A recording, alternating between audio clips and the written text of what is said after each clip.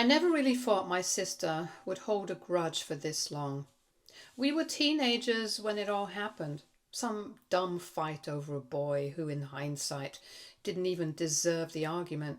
But somehow she never moved on. I did. I grew up, got married, focused on raising my daughter and living my life. She, on the other hand, always found ways to throw little jabs whenever our paths crossed, especially once we had kids of our own. Her daughter, Kayla, and mine, Lena, were born just a year apart. For a while, I thought it would be a good thing. I imagined sleepovers, study groups, family dinners where they'd be more like sisters than cousins. But I should have known better. My sister had never fully matured past high school. And apparently, she wasn't about to let the next generation grow without dragging them into her ancient rivalry. It started subtly. Backhanded compliments, like how Kayla was just so naturally gifted in academics, unlike Lena, who was more of a hard worker, or how Kayla didn't need tutoring and still managed top grades. Must be in the genes. I let most of it slide. I knew what she was doing, but I had no intention of turning this into some petty competition. Lena had enough pressure already. She was in her final year of school, trying to get into a top university with a fiercely competitive admissions process. She was smart, responsible, a little introverted, and very sensitive about being good enough. I'd seen firsthand how she'd shut down after getting a B once. She carried the weight of her own expectations, not just mine. I'd never pushed her to be perfect, but she still held herself to a high standard. Around this time, I started noticing my sister getting louder about her daughter's achievements, posting Kayla's report cards online, calling every family member to tell them about her getting shortlisted for a scholarship interview. And when she talked to me, she'd always bring up how Kayla was aiming for this dream college and how much work she had put into making it happen. There was this one moment at a family dinner when she looked me dead in the eye and said that it would be really ironic if Lena didn't make it to college after all the effort I'd put into being so private and non-competitive about parenting. That maybe the universe just had a way of balancing things. She laughed after saying it, but the look on her face was anything but humorous. I remember that exact line. Ironic if Lena didn't make it. It felt like a warning. Still, I didn't want to create tension, especially with exams coming up. I figured we could just keep our distance and focus on our own lane. Lena and Kayla didn't hang out much anyway, despite being in the same school, in the same grade. Lena had a different friend circle and was never very close to Kayla, but that didn't stop my sister from constantly comparing them. She'd send me screenshots of Kayla's school afterwards, ask if Lena was doing okay. When I'd say Lena was doing fine, she'd follow up with things like, "That's good. It'd be such a shame if something happened to derail her progress now." I should have said something. I should have called her out, but I didn't. I told myself she was being dramatic, jealous maybe, but not dangerous. I was wrong. Lena came to me one afternoon, eyes red, clearly holding back tears. She said that her project, one she'd been working on for weeks, was gone. Not just unsaved, completely missing from her drive. She swore she had saved it, double-checked, even emailed it to herself, but it was just gone. She had nothing to submit. The deadline had passed by the time we tried to recover anything. She was given a 0. It crushed her. She kept saying she had no idea how it happened. She wasn't the type to forget saving things. I believed her. But the school didn't. The teacher made a note on her file that she'd failed to turn in the assignment and would not be eligible for a resubmission. That single zero dropped her grade average just enough to disqualify her from an early decision offer she was hoping for. I was furious, but also confused. How does an entire file disappear without a trace? We checked her backup folders. We checked her email. Nothing. 2 weeks later, it happened again. A different subject, different teacher. This time, the school flagged her submission as incomplete because it had a blank document attached. That's when I started to feel like this wasn't just a technical issue. I asked her if anyone else had access to her files or her laptop. She said no. She always used her school account and she had changed her password after the first incident.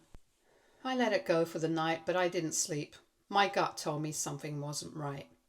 The next day, I remembered that during the family holiday 2 months ago, Kayla had borrowed Lena's laptop to check something real quick.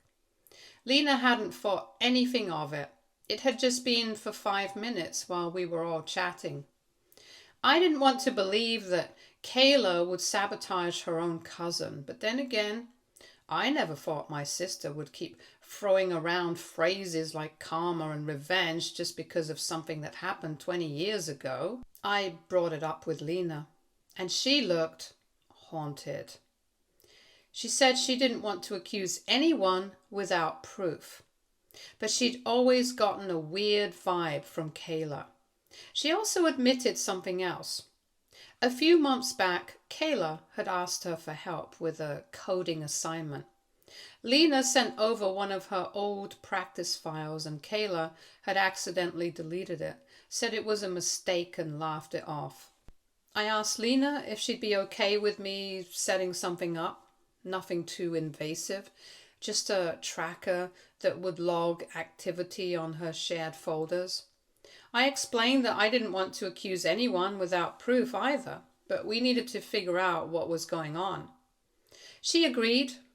We installed the tracker quietly, just on her school account, and set alerts in case any of her folders were accessed outside of her scheduled times. I didn't expect results that quickly, but within 4 days we had our answer. Someone was accessing her files at 2:17 a.m.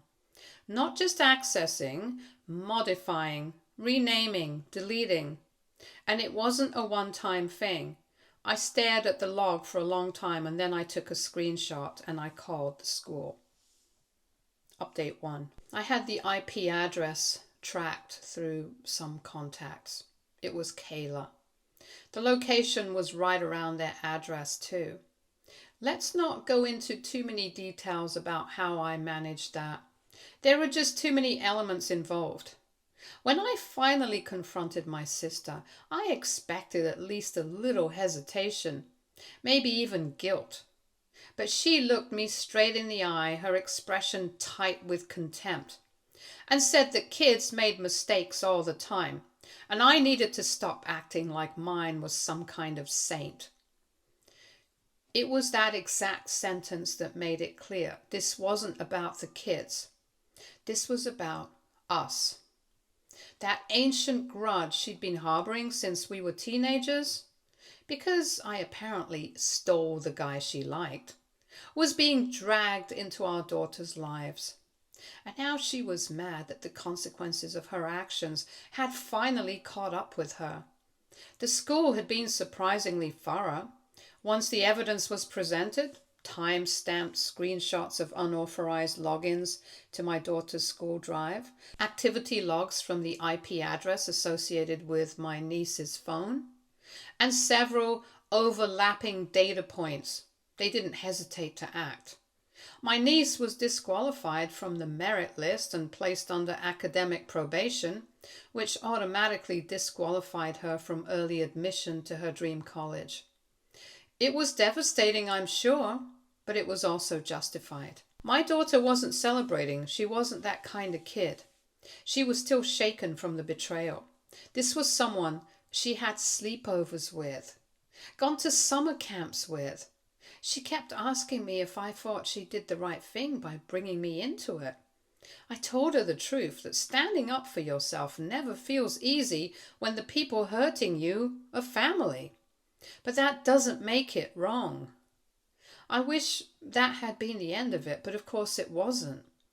The following week, my sister showed up at my door unannounced. She didn't even ask to come inside, just stood at the porch and demanded to know how I could sleep at night knowing I'd destroyed a kid's future. I reminded her that her daughter was the one who knowingly accessed another student's private files, deleted content, and attempted to cover her tracks. She snapped that they were just kids and I had no business involving the school, that I should have come to her and handled this like family. But if I had told her, she would have brushed it off just like she always did. Like when my daughter's books got mysteriously water damaged during a group project at their place. Like the time her uniform mysteriously went missing the day of the academic decathlon. She didn't deny it, just shifted the blame again. "You got between the kids," she said, arms folded like she was the righteous one in this situation. "Whatever history we have, you didn't have to drag them into it." It took everything in me not to laugh in her face. She used her daughter as a weapon over some idiotic fight we had as teenagers. And now that the blade had cut back, she wanted to act like I was the one who crossed the line. I told her I wasn't about to let my child suffer to protect her ego. Not again. And she could go cry about it to whoever still listened to her. And I shut the door. The aftermath wasn't easy. My niece tried texting my daughter a half-hearted apology, something along the lines of, "Sorry you felt like I was sabotaging you." She didn't respond. She was too hurt. And honestly, too tired. My sister made a few more snide remarks through mutual relatives how I blew it out of proportion or ruined their family. But at this point, most people had stopped listening to her. Some even came up to me quietly and said they were glad I stood up for my daughter, that someone finally held my sister accountable. Funny how everything starts shifting when people realize they're not the only ones being targeted. As for my daughter, she got the chance to resubmit her major projects. And thanks to some supportive teachers and an incredible amount of effort, she ended up not only catching up, but getting her own early admission into a prestigious program. She's nervous, of course, but also finally feels like she earned her spot back. And she did. I think the saddest part in all of this was realizing how far some people are willing to go to protect their pride, even if it means tearing down a kid who did nothing but try her best. But I also realized something else. You can spend your whole life trying to keep peace in a family that thrives on war, or you can stop playing the game entirely. I chose the latter. Update 2. After everything had settled down with the school, I naively assumed things would quiet down. That maybe my sister would do some self-reflection and realize she let her resentment poison her daughter's behavior, but instead, she doubled down. She started spinning a new narrative among the extended family, that I orchestrated the whole thing out of jealousy, that I coached my daughter into framing her cousin because I couldn't stand the thought of her getting into a better college first. I found out through an aunt who, bless her, called her out on her bullshit. She warned me that my sister was telling everyone I had planted spyware on my niece's phone, that I forged evidence, that my daughter made it all up. I asked my aunt if they actually believed any of that. She hesitated, just a little too long, before saying, "Of course not." And that was when it hit me. Truth doesn't always matter in families like ours. What matters is who can spin the better version, Who can yell louder? Who can make people uncomfortable enough that they side with them just to keep the peace? I wasn't going to play that game anymore. I'd done that my whole life, letting my sister take the spotlight, letting her act out and rewrite stories until even I started questioning my memory of things. But now? No. Not when it involved my kid. My daughter, meanwhile, had started therapy, not because of the school mess that she'd handled with more maturity than I thought possible, but because she didn't understand why someone she may not have spoken to much, but trusted, would hurt her like that. I told her something I wish someone had told me when I was her age. That sometimes people don't know how to deal with their own insecurities, so they turn others into scapegoats. It doesn't make it right. It doesn't excuse the behavior, but it helps to know it's not your fault. She asked if I thought her cousin would ever apologize for real. I told her not to hold her breath. Because while her cousin was still young and could grow, I had no faith my sister would ever let that happen. She had a way of poisoning everything around her, even her own child's future, just to feel like she won whatever imaginary battle she thought we were in. Things only got worse after my daughter received a small local award for academic perseverance. It wasn't even a huge deal. It was just something the school did each year to recognize students who overcame personal challenges. She didn't even want to attend the ceremony at first, but she went, and she was recognized, and it meant something to her. Somehow, that too set my sister off. She sent me a long, venomous message accusing me of milking the situation for sympathy and turning our family into gossip fodder. She said my daughter didn't deserve that award because she only got it after tearing someone else down. I didn't reply. There was nothing I could say that wouldn't just feed into her rage. Instead, I blocked her number and told my daughter to do the same. But the damage was already done. My niece had now started spiraling too. According to mutual contacts, she was skipping classes, lashing out at teachers and refusing to take responsibility for what she'd done.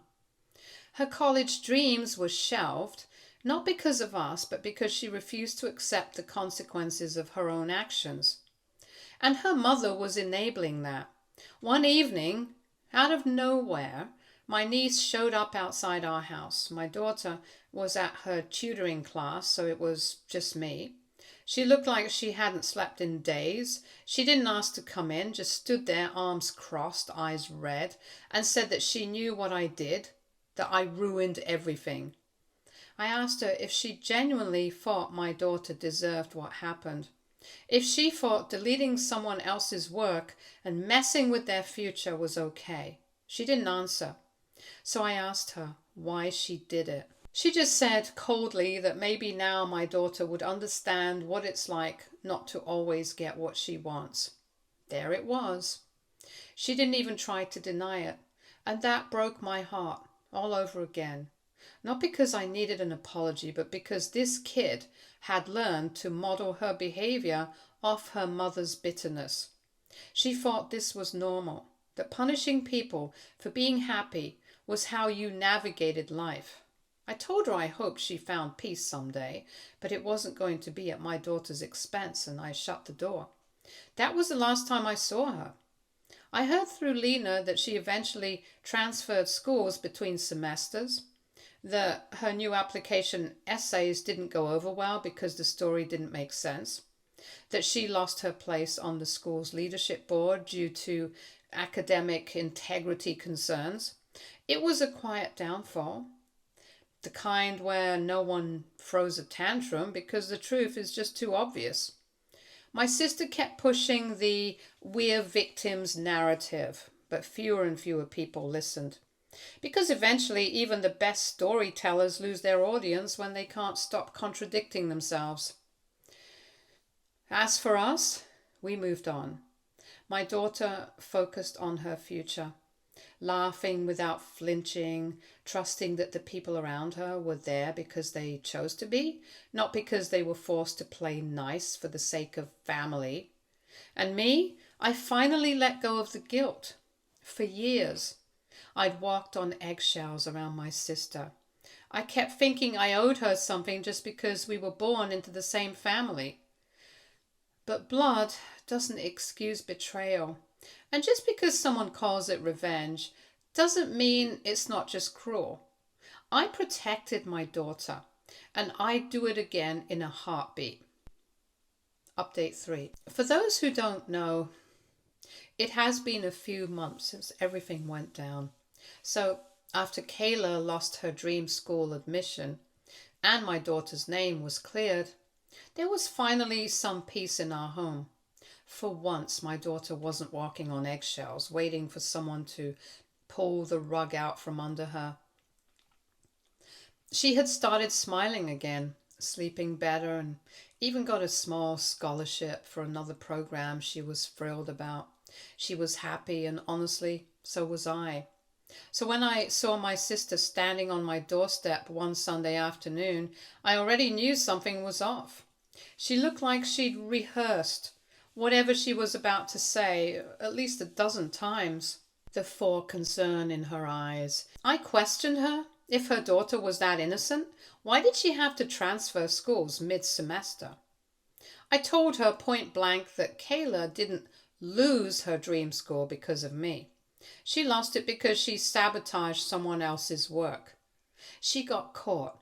End of story. I told her she should be happy that another school even took her in. And as for me being bitter, she was damn right I was bitter, but not for the reasons she thought. I was bitter because for years I let my sister treat me like I owed her something. I let her weaponize our past against me, turn every small disagreement into a war, and drag our kids into the trenches. I'd forgiven her for things I never got apologies for, tried to make peace for the sake of family, and every time I did, she used it as another excuse to twist the knife a little deeper.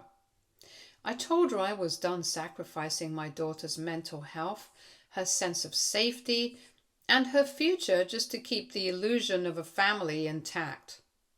That door, it wasn't just closed. I'd bricked it up. There was no getting through it now. She called me heartless. She cried, tried to say she was just a mother trying to fix things for her child. I reminded her that I was a mother too, and that maybe if she'd spent less time using her kid to get revenge over a decades-old argument, her daughter wouldn't be in this mess. I told her that maybe that's why he liked me and not her. Before she could respond, I told her to leave. She stood there for a second like she couldn't believe I'd really dismissed her, but I didn't flinch. I didn't owe her another second of my time. Once she was gone, I locked the door, took a deep breath. It was the first time in a long while I stood up for myself and meant it without hesitation. Later that night, I sat down with my daughter and told her everything. I didn't sugarcoat it. I wanted her to know that she didn't have to worry anymore, that I wasn't going to play nice with people who tried to hurt her, that from now on, it was just us, and we were going to protect each other no matter what. She hugged me and told me it was the first time in a long time she felt like she had a parent who actually had her back. And honestly, that made it all worth it. Update 4. It was early evening when I heard the banging. Not a polite knock, not a hesitant ring, full-on fists against the front door like someone was trying to break it down. My heart immediately dropped, but when I looked through the peephole and saw Kayla standing there, I didn't feel fear. I felt tired. She looked like she had just stormed her way here. Her cheeks were flushed, her eyes puffy. Breathing was heavy like she had sprinted, and the second I opened the door, she launched into it. She screamed that her mother had been crying for days. She couldn't sleep, couldn't eat. that she was completely devastated over the way I had humiliated her and turned everyone in the family against her. She shouted that it was my job to fix it because I was the one who started all this. I didn't move. I didn't flinch. I just stood there and let her exhaust the storm she'd clearly been building up for weeks. And when she finally took a breath, I asked her one question, just one. Why are you here? She blinked, confused, like it hadn't occurred to her that I wouldn't automatically argue back. She said she came because her mother was a mess, because she was tired of seeing her cry over something that didn't need to be this big. I nodded slowly and then told her flat out, this isn't about your mother's tears. It never was. It's about the fact that you messed with someone's life and finally had to pay for it. I said that her mother was reaping exactly what she'd sown, that every tear she cried was water from a well she dug herself. And if Kayla didn't like that, her mother was being held accountable for the fallout, maybe she should have spoken up when things first started going wrong. She tried to interrupt me, said I didn't understand what it was like, said she was just trying to even things out after hearing her mom constantly cry about how my daughter got everything she never did. I laughed. I actually laughed out loud because it was such a perfect summary of everything that was broken between us. Her entire defense was that it wasn't fair that my daughter succeeded. I told her exactly that. I said, you didn't ruin my daughter's application because you made a mistake. You did it because you felt entitled to something she earned. You thought if you knocked her down a peg, it would somehow lift you up. She tried to deny it, said she was only trying to show that my daughter wasn't perfect. I cut her off. I told her my daughter never claimed to be perfect. She just worked hard. She kept her head down while being mocked, left out of things, called a teacher's pet, and never once retaliated. And after all that, when she got into the school of her dreams and an internship for the holidays, the one thing she asked was that I not make a big deal out of it because she didn't want Kayla to feel bad. And how did Kayla repay that kindness? By logging into her email, tampering with her portfolio, and pretending she had no idea how the admissions board found plagiarized content in her file. I stepped closer to her. I told her that as far as I was concerned, she was no longer my niece. Family doesn't destroy family and play victim when they're caught. She stood there frozen, her face pale, like she wasn't expecting me to go that far. I said I didn't care how many tears her mother cried. I didn't care how many family members tried to guilt me into making peace. I was done extending grace to people who only saw it as an invitation to hurt me again. I told her I was raising my daughter to believe that her achievements didn't make her a target, that she didn't have to downplay her success to make people more comfortable, that she didn't owe anyone silence when she was wronged. I made it clear that the days of me playing peacemaker were over, that I wasn't keeping secrets anymore to keep the family together. Because if family meant silently swallowing betrayal and asking for more, I wanted no part of it. Kayla didn't say anything. For the first time, she looked unsure. Not guilty, just confused, like she hadn't realized that there was a line she could cross that would permanently change how I saw her. She muttered something about how I was being too harsh, that she was just a teenager who made a bad decision. I reminded her that she was a teenager smart enough to bypass someone else's login, alter a professional document and cover it up for weeks, that too on a school account. That wasn't a bad decision. That was malicious intent. I told her I didn't owe her softness just because we shared blood. And then I closed the door just like that. I didn't slam it. I didn't yell. I just shut it quietly, firmly, finally.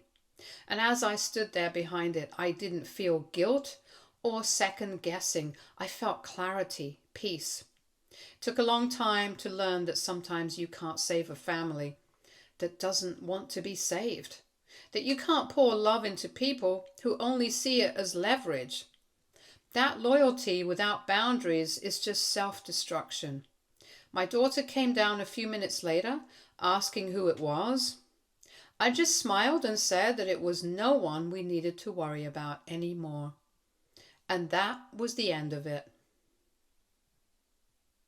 Stay tuned for more stories from our girl relationships.